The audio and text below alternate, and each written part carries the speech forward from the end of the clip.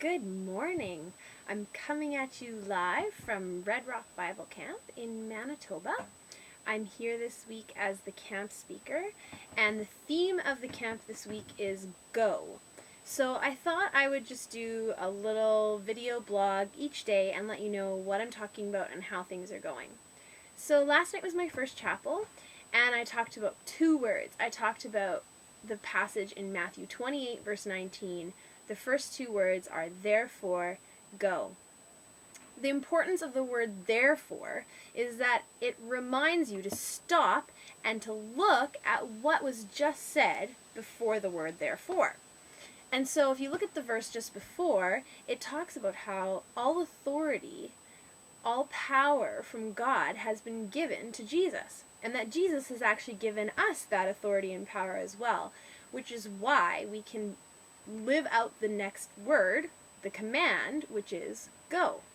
So because of the authority and power God's given us, therefore, because of it, we can go and make disciples and baptize and teach. And the word go, we talked about how the original Greek for the word go is actually as you go.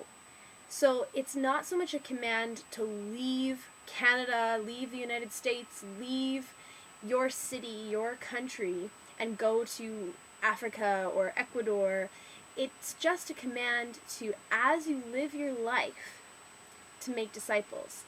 As you go through your day-to-day, to baptize. As you walk down the streets of your city, as you walk through the halls of your school, to teach. Does your life and your lifestyle bring people to Christ? Does it create followers of Christ? That's the question we need to ask ourselves. And the challenge I put out to the campers yesterday was to think of a way today that they can live a life that makes disciples and that makes followers of Christ. Maybe it's something small. Maybe it just means stopping when you see someone who needs a hand and giving them that help. Or maybe it means opening the door for someone, or writing a note to someone who needs encouragement, or praying for someone. I told a story to end off the chapel about one day I was driving in my car, and I noticed a girl at a bus stop crying, and I felt God telling me to pull over and talk to her. And I thought, God, that's crazy. There's no way I can do that.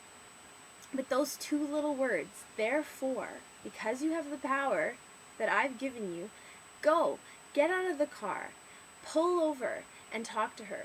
And so I did. I pulled over the car, and I went up to the girl, and she told me her story. She told me how she had just been fired from her job and how she didn't have a way of getting home. And I was able to give her some bus fare and pray for her. And that's all that God is asking us to do. He's not asking us to change people's lives. He will do that. His Spirit will do that. He's just asking us to go. So how can you go today?